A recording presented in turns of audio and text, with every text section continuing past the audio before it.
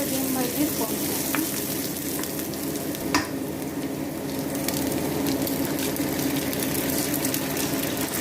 আমি এখনো ভালো করে ডিম চেষ্টা করতে যাচ্ছি, একদিন আমি ঠিকই সফল হব।